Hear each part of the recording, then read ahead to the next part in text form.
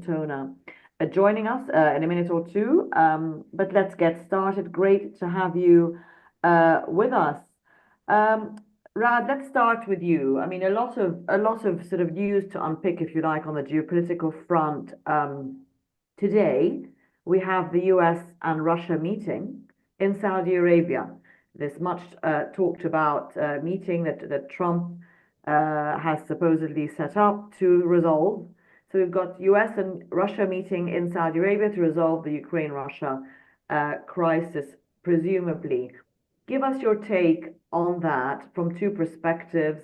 That the fact that Russia and US are having a meeting first on this, which doesn't include Ukraine yet, and the fact that Saudi Arabia is actually hosting the venue, if you like, for it. Good morning. It's great to be here. Look, it's Trump 2.0 in action. It's transactional unilateralism on steroids. It's whatever you want to describe it. And I think the fact that it is, Russia and the United States and senior representatives of Russia and the United States meeting for preliminary meetings on this, with the Europeans having been sent a questionnaire and Ukraine sort of apparently not being asked to be present for preliminary discussions about its future, although I gather President Zelensky arrived in the UAE yesterday. I think tells you a lot about where we are internationally, where, the transformations that the Trump administration is bringing in. There's a sense that, the US wants deals. It wants deals on its terms. It has decided that the continuation of the Ukraine war isn't necessarily bad because it's bad for Ukraine or Europe. It's rather the demands that are being put on the US in terms of supporting it. And it's pursuing this deal from that perspective. Trump has talked about this throughout the campaign, how he would sort of reach a deal. We don't know yet what the parameters of that deal are. The new US Defense Secretary, Pete Hegseth, sort of suggested that it would be terms that would be, frankly, bad for Ukraine, or at least negative for Ukraine. But moving forwards, we don't know that. In terms of Saudi Arabia hosting this, I think it's a sign of, Saudi Arabia's prominence in terms of international diplomacy and where it stands right now. It's a sign of where the Saudi government and Saudi Arabia is on the world stage. And it says something about the rise of middle powers and how they're going to operate throughout all of this. But, one would have to say that the preliminary signs, at least, are that, that the United States wants to see what Russia wants to see what Russia will live up to, and then will follow on accordingly. It reminds one a little bit of how the US handles Israel and the Middle East crisis. Find one partner, move forwards, and then impose conditions on everybody else. Yeah, and see how everyone else reacts. Thanks very much, Rad, for that. I mean, Laurie, let me go to you, Laurie Hatayan, MENA Director at the Natural Resources Governance Institute. I mean, let's talk about this same question, but from the EU perspective. Of course, a lot of reaction from countries in the EU, in the last week, to the fact that they have been, quote unquote, excluded, at least as from what we see. They all met and scrambled in Paris this week and, can't agree on a few things. I mean, is this going to actually trigger Europe into getting its act together quicker? Does it need to do that? How important is its involvement in this process? And really, is Trump just triggering them into action at the end of the day? We do have to involve them at the end, don't we, as well as Ukraine, clearly. Yeah, so good morning from Amman. Basically, as you said, it is pushing the EU and to take action and to be more proactive on when it comes to their plan for a peace deal. We know where they stand on supporting Ukraine, but beyond that, We don't know exactly what the plan are, if they can agree on anything. So everyone now is waiting for the elections to happen in Germany without any surprises. CDU is coming back to power. Maybe they will be in a coalition with with Schulz again or not. We'll see that, but definitely they are pushed to come up with a plan or with countering what it could be the outcome of the of the Americans meeting with the Russians. Basically, the Americans are meeting with the Russians. From what we are understanding, is like Trump is saying, let's hear what Russia has to say. We know exactly what Ukraine has been saying, what the EU has been saying. No one is talking to the Russians to understand what they want. Let's sit with them and see what they want, if we can make deals, of course, transactional deals, etc. The same way that Trump had proposed to the Ukrainians, saying that, you know what, you have like what we want with our critical minerals, very important for our competition with the Chinese on these resources. Let's make a deal. Give us like your rare earth mineral elements or other minerals, and then we can come to a deal with you. So these are the types of things that are put on the table, and this is what the EU has to deal with it. The same way what we're seeing here in the Arab world, like when Trump came up with this crazy plan for Gaza, then you saw like everyone taking action, and there is a plan now that is led Egypt, supported maybe by many of the Arab region countries, about like, okay, what's the alternative? So I think Trump is pushing the boundaries. So he's putting all these ideas that are frustrating a lot, and some are shrinking, that are crazy ideas, but they're pushing countries to take action and not to be sitting passively watching at what was happening. And that is, I think, a good thing for the EU now to come up with an understanding and clear vision of what they want to see as a peace deal, except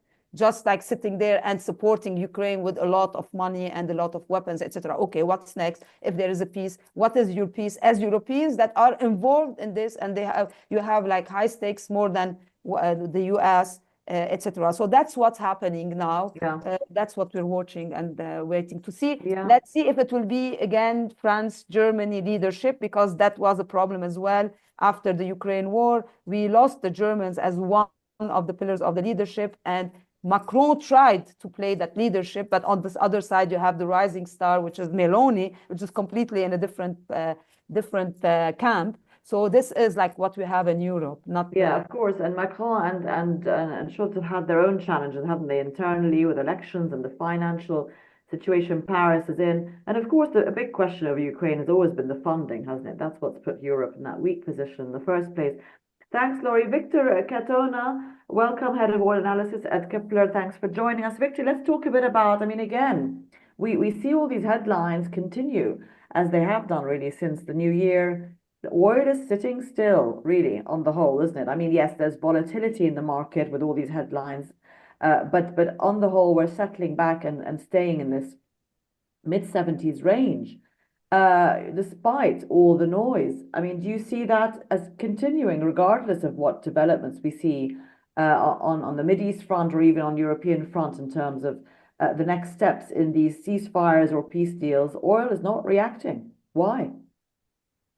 I think we'll definitely see the volatility. The volatility is something that Trump has brought and something that Trump will keep, right? Because no one can read the guy's mind. And effectively, if you cannot read the mind, you'll start to speculate way too much.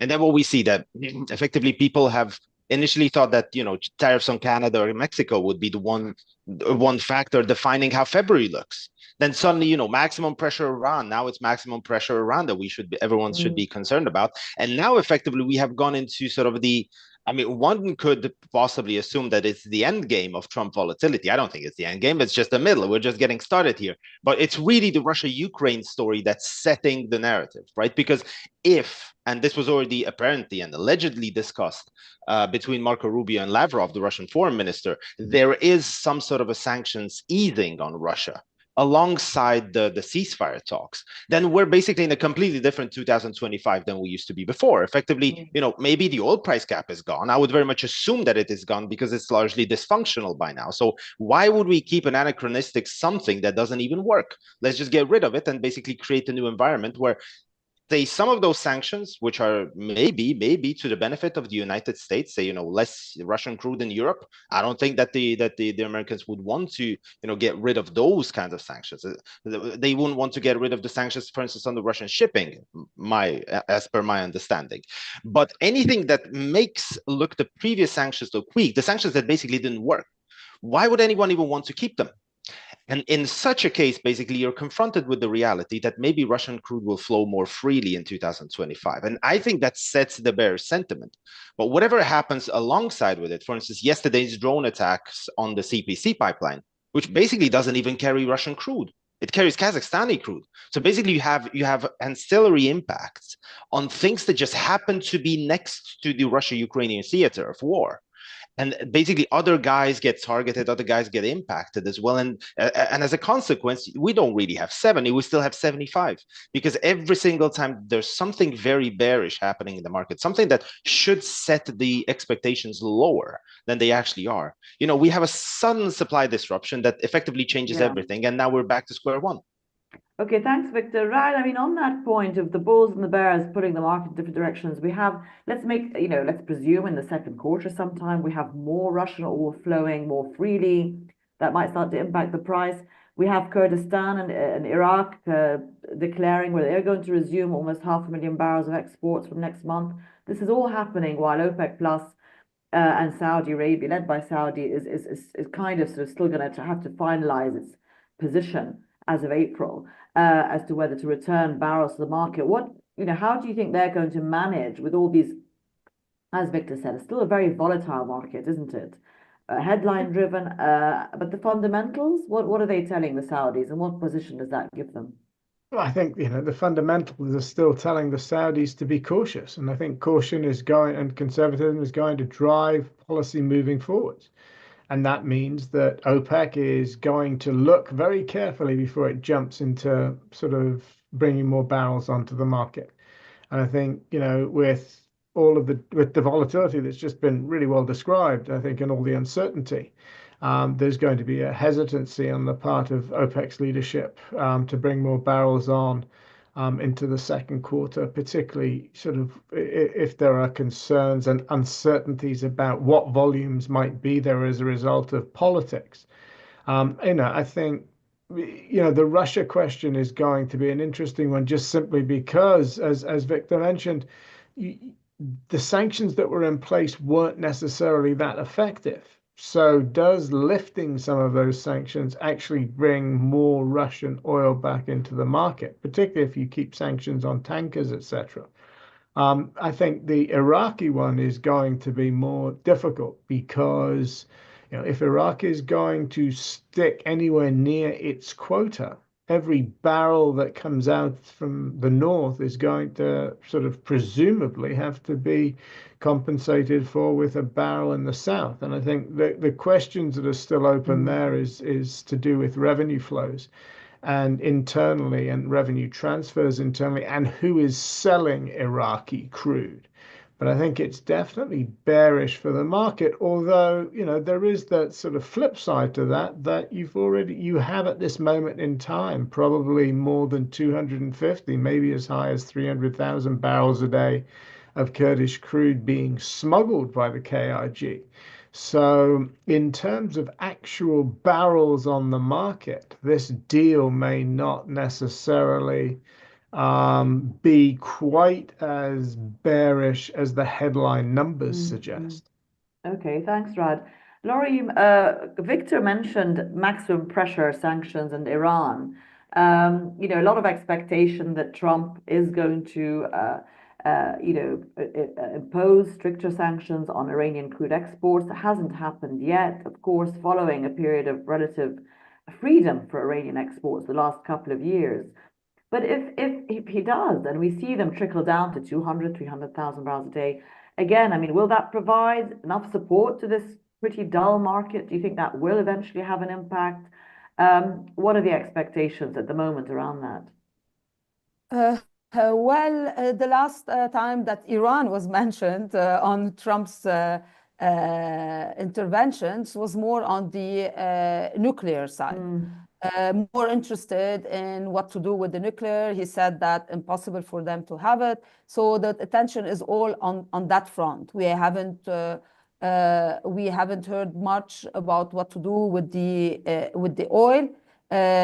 So more focus on that. So I don't know if he will change any plans on putting more pressure on the flow of the Iranian oil. At the end of the day, Trump was very clear on what he wants to see for the oil prices. He wants to see them down. So if that indirectly helps, like my ultimate objective, which is like very internal domestic politics of like showing people that he can bring the price of oil, gasoline, all of that down. So then having this Iranian oil flowing, that helps his plans. More importantly, they're more focused with the Israelis on the nuclear plans. And I think that will continue in that direction. But like, again, not unexpected. You don't know what to expect from Trump, but this is like not to forget his ultimate objective of seeing lower oil prices. So doing everything in that direction. Yeah, certainly. Laurie, just sticking with you. I mean, you mentioned in your previous comment about Gaza, and obviously, it's again triggering some of the Arab states to now come up with an alternative plan. You're sitting in Jordan at the moment, of course, one country that's being and could be very seriously impacted by the outcome of Trump's plans, as he has declared. What is the feeling there where you are at the moment in Amman in terms of this suggestion that it could be a temporary or permanent refuge for more Palestinians? I mean, is there panic? Is it realistic that Egypt, Jordan, etc., are going to come up with an alternative proposal? Look, you know that this has been always an important issue for the Jordanians about like having a Palestinian state in Palestine for the Palestinians. And it's a very delicate issue. And I guess like after the king has come back and we saw the popular support for him, for what he stood like for his position at the end of the day in the US. I think they are all putting their eggs into the basket of this Egyptian-led plan for the reconstruction. There is certainly a common if you want, position, that is, we don't want to see another Nakba. We don't want to see another displacement for the Palestinians. Regardless if there is space for them, there is land, all of that. It is very important to stand by that. So everyone is waiting for that plan. And definitely Jordan will be the #1 supporter for any plan that will not deport the Palestinians into Jordan. So we're waiting to see. At the end of the day, we always knew that it will be Arab money coming into the reconstruction, but it's a lot of money. We're talking about 50 billion and more for the reconstruction. And knowing what's happening in the GCC with the priorities that the GCC countries have, like Saudi Arabia wants to diversify its economy. We know why, because it's important for their survival. UAE has objectives for its own, etc. Kuwait doesn't have that spare capacity, even though we always know that Kuwaitis have been supportive for the Arab countries all the time in their fund, in their capacities. But like Qatari, I'm not sure how much they want Qatari money into Gaza.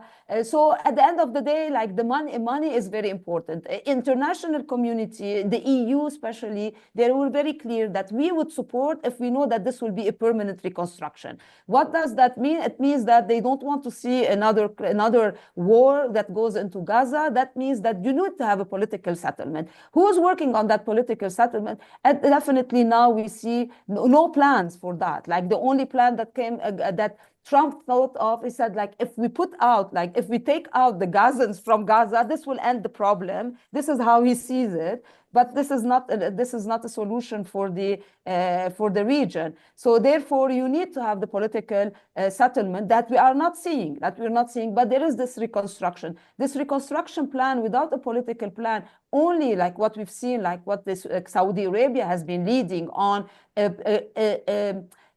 real, a strong path, a concrete path into creating a Palestinian state. That is what they have on the table. Is Trump buying into that? So maybe that would be part of the whole normalization deal between the Saudis and the Israelis. So it is a bit complicated, but let's see. Like Trump is going from one place to another, talking about peace by force or by whatever it is, his doctrine. So, but that it's important for the Arabs to take action and to come up a counter plan. Let's wait and see how that will unfold. Yeah, absolutely. That's on the radar of everyone, from here, the kingdom, to other places. Yeah. And I mean, the EU is probably distracted by its own issues. I don't know how much it can weigh in, having been a very, obviously, historically an important partner in the region, but too many things to be dealing with. I think everybody's got a long list. There's our survey question of today. Trump will succeed in sealing a deal between Russia and Ukraine by June, by the second quarter, by sort of halfway through the year.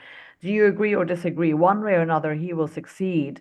Victor, back to you. Let's talk a bit about China. We haven't mentioned them. Of course, they play a role in all that we've been talking about. But let's stick to oil demand and its economy. I mean, a lot of commentators we talk to who are in China say, there's far too much negativity around the trajectory of our economy. Everything's ticking along fine. The stimulus measures are beginning to take effect, and it's just a matter of time before we stabilize, if you like, having had a difficult year last year. From an oil import point of view, where are the sort of indications today?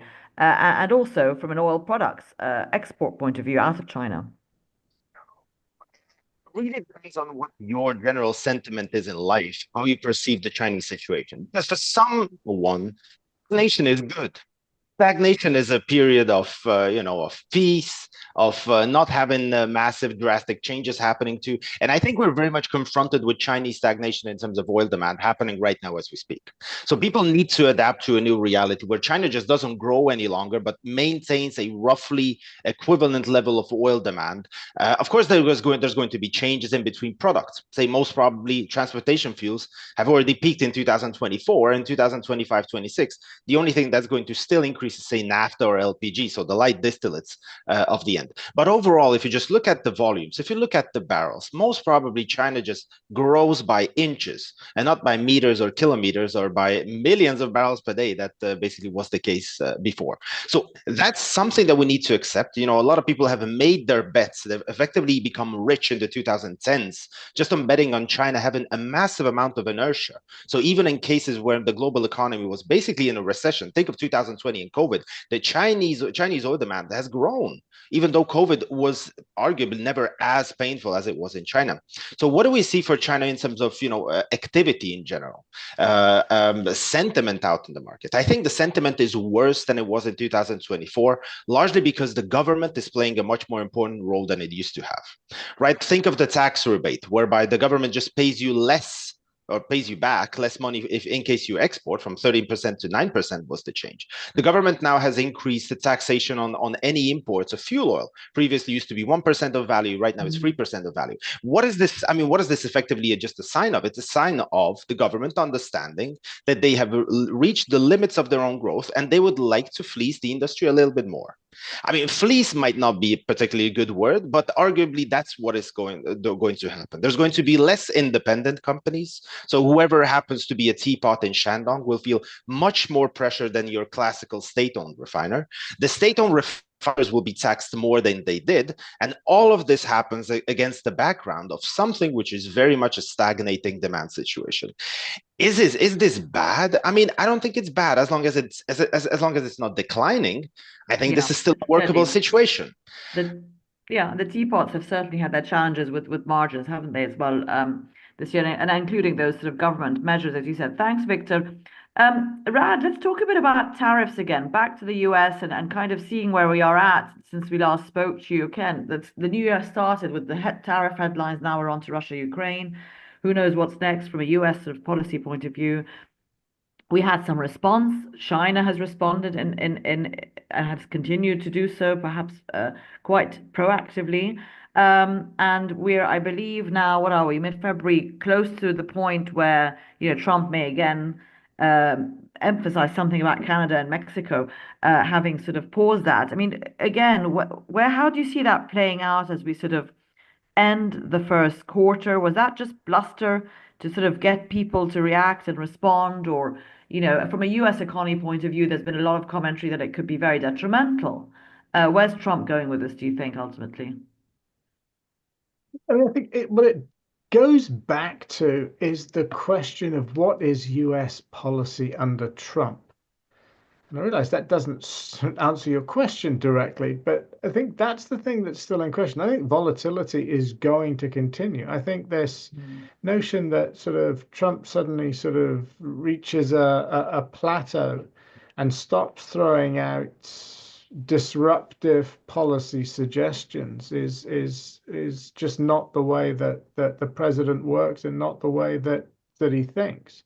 And there's definitely this transactional element in terms of tariffs. There's definitely this element that it can be used as a tool to force concessions.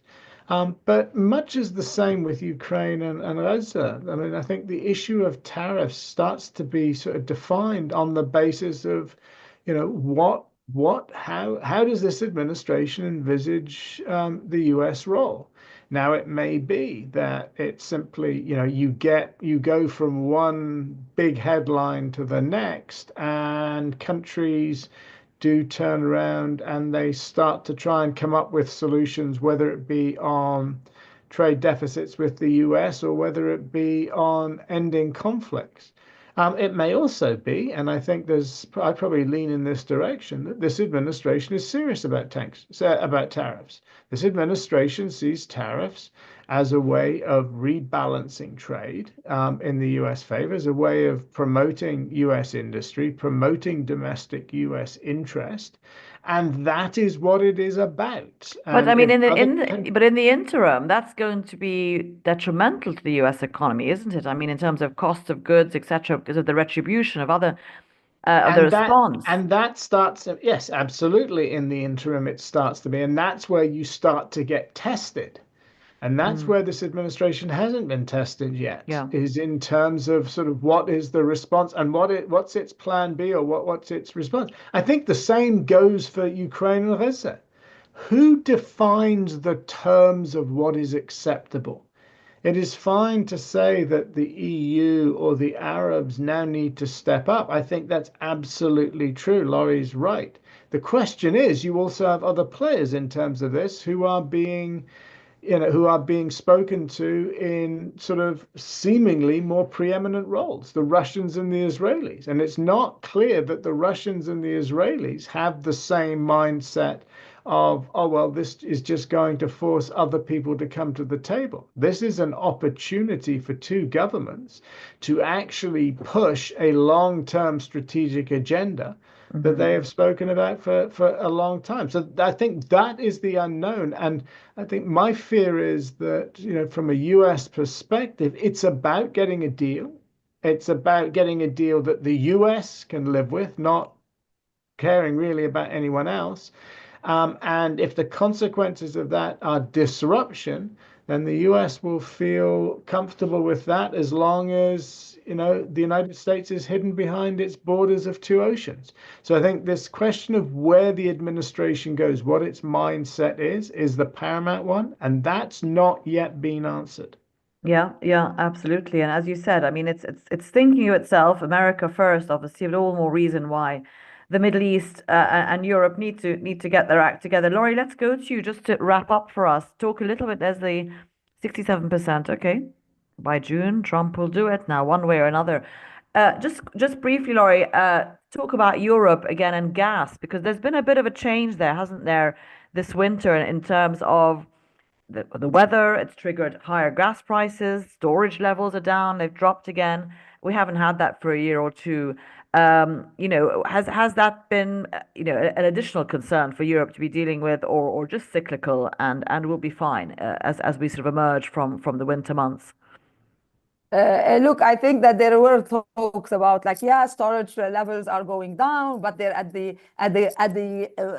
level that is okay. So there was no panic, if you want, in policies. They have like, because the EU has a lot of other issues, and they feel that this is under control. Definitely, that's the mood. And don't forget that they were expecting that the deal will end between the transit deal, Russia and Ukraine, and then the countries that were like dependent on this transit route for their gas, like they've been pulling out of the storage that they had. So all of that was expected. It's not that, oh, suddenly it happened like sometimes before. And we were always saying that, okay, we were lucky for 2 winters. I've been there since 2023 in Europe. We had like really nice winter. And this is the first time I really feel that, yes, it is cold. It's still snowing in February, end of February. And then we're putting on the heaters more than I used to do in 2023, 2024, definitely. But there is no panic mode. I think the panic mode was in 2022, and the EU really did a good job in overcoming that panic. So now they do expect, like, yes, definitely volatile prices, all of that, it's baked in. So there is no sense of panic on that side. And definitely all of this is pushing for all the fundamental changes in the way they use the energies in the countries in the EU, from like more renewables, heat pumps, all of that, etc., and the structural changes that they're making, so that it is more like not in panic mode or survival mode all the time, but like to change it. Definitely still depending on LNG, all of that stuff. Yeah. But at the end of the day, it requires, it needs a bit of time, but the changes are happening, the transformation is happening. And I don't see anyone in Europe, like at the EU level, at least they were panicking about these prices. Yeah, well, at the EU level also there is still some disagreement when you ask certain people whether given that the Russia deal might happen, that whether EU will turn back to taking, let's say, more Russian gas than it is. There seems to be quite a bit of a split there between countries as well. Some willing to do that, for competitiveness, we've got to do it. There's that whole question as well. Thank you so much to Laurie. Thanks to Victor. Thanks to Rad for joining us today. We've run out of time. Great to have you with us, and we hold our breath to see what happens next. Have a great week ahead, everybody. Thanks for joining us. Thank you very much.